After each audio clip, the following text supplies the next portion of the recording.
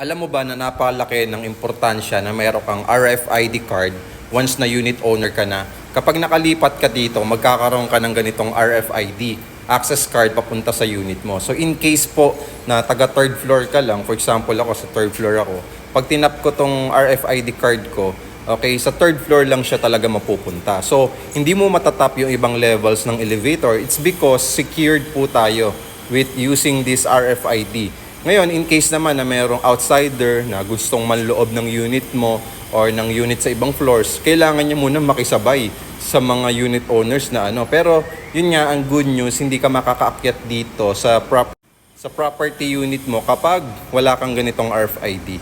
Okay, so pwede kang humingi ng extra neto, bumili ng extra neto for only 300 pesos kapag unit owner ka na dito.